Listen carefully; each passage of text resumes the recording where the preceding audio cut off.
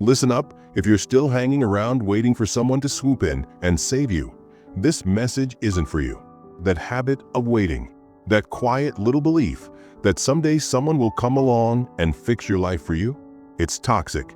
Trust me, I've been there. Waiting is just cowardice wearing a mask of hope. You might think life owes you a break, but it doesn't. Marcus Aurelius would remind you that the world is indifferent. Seneca would call your waiting a form of giving up. Stop dreaming about a rescue that's never going to happen. No one is coming for you. Until you grasp that, you'll keep living in a fantasy. So pay attention. Here are 10 things that only foolish people do. First, they wait for someone to save them.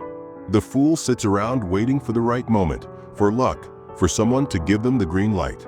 Maybe next month, they say, as if the universe has a schedule. But salvation isn't something that just happens. It's something you create. The longer you wait, the more your willpower fades. The wise are the ones who build what they need with their own shaky hands. Waiting is the slowest way to die. Second, they measure their worth by applause. They crave validation, chasing after claps, likes, and nods like starving children. But applause is just smoke. It vanishes when the wind changes.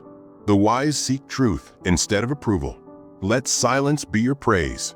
Let your actions do the talking. True confidence doesn't need to perform. It simply exists. Third, they mix up comfort with safety. Comfort is like a golden cage, soft, familiar, and deadly. It tricks you into thinking that peace means being still, that security means silence. But comfort isn't safety. It's just a way to numb yourself. The fool runs from discomfort as if pain were poison, when really it's medicine. The wise person understands that the storm isn't there to destroy him. It's there to strip away his weaknesses. Epictetus called hardship the gymnasium of the soul, and he was right. Muscles don't grow in warmth. They thrive under strain. The same goes for the mind. Every challenge acts as a forge, and every difficulty is like a fire.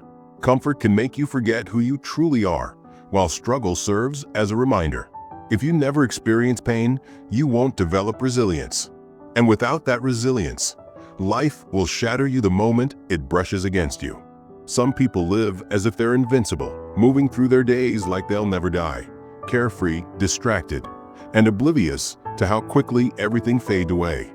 They say, "Tomorrow I'll change," but tomorrow is a trickster.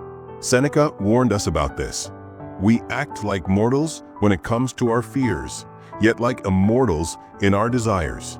Every sunrise is a gift, and every breath is borrowed. The fool squanders both, thinking there's always more to come. The wise remember death, not to live in fear, but to stay awake. When you truly grasp that time is slipping away, you stop putting off your own life. And then there's the worship of certainty. Fools insist on guarantees before taking a step. What if it goes wrong? They ask, blind to the reality that uncertainty is just part of being alive. The universe doesn't sign contracts, make promises, or offer explanations. Life is more like navigating through fog than following a map with clear paths. As Epictetus reminded us, it's not things that upset us, but our judgments about things. That disturbing stuff isn't really the problem. It's our opinions about things that get us all riled up. The fool waits around for confidence before he'll take action, but the wise ones just go for it and the confidence follows. The fool's all about making excuses and calling them plans, but the wise ones know that every step into the unknown is just a leap of faith in themselves. They mistake busyness for progress, these fools. They fill up every minute, so they don't have to feel that emptiness inside. They confuse movement with meaning, running around in circles and convincing themselves they're chasing purpose when they're really just running away from stillness. As Marcus Aurelius said, activity without purpose is just chaos in disguise. You can drown in motion and still die of meaninglessness. The wise ones know not every action deserves their energy, and not every noise deserves their attention. They pause, they think, they act slowly, but everything they do has real weight to it. The fool just burns out trying to look alive, while the wise ones conserve their fire to build something that'll outlive them. And then there's how they let others define who they are. The fool's identity shifts with the crowd. Praise inflates him. Criticism destroys him. He becomes whoever others expect him to be, a man of mirrors instead of substance. The opinions of others shape his mood, his choices, even his dreams, until he forgets what his own voice even sounds like.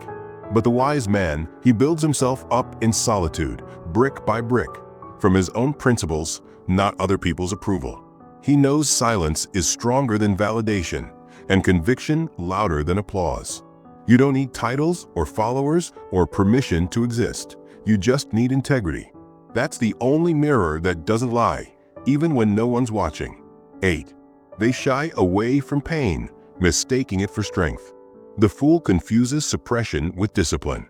He grits his teeth, hides his quaking, and calls it control. But deep down, he's decaying. Stoicism was never about putting on a brave face. It's about facing the world with your eyes wide open. Seneca shed tears. Marcus felt sorrow. Epictetus walked with a limp. Yet they stood taller than kings because they didn't shy away from their pain. They learned to master it. Pain isn't your enemy. It's a teacher cloaked in suffering. It reveals your illusions, highlights your weaknesses, and challenges you to grow. The fool turns away and remains fragile, while the wise confront it and become unbreakable. 9. They hoard grudges like precious gems. The fool thrives on resentment, keeping a mental list of everyone who has wronged him, polishing each memory like a trophy. But anger is just a chain you wrap around yourself. Forgiveness isn't about being merciful, it's about finding freedom. As Epictetus wisely said, "No man is free who is not master of himself." Let go not because they deserve peace, but because you do. 10. They dread solitude. The fool flees from silence, terrified of facing himself. He fills his days with noise, faces, and distractions, anything to escape his own reflection. But solitude isn't the same as loneliness. It's more like training. Marcus Aurelius penned his meditations in solitude, not just to gain wisdom, but to remain connected to his humanity. A person who can't be alone will never find true peace. Here's the real kicker. The fool thinks wisdom is all about knowledge, but it's not. Wisdom is like scar tissue, pain transformed into tranquility. It's about losing everything and still being able to say, "I am enough." The Stoics didn't just read about strength, they lived it through their struggles. You don't gain wisdom by hoarding ideas. You earn it by enduring your own battles. So tonight, try something different. Stop waiting. Stop making excuses.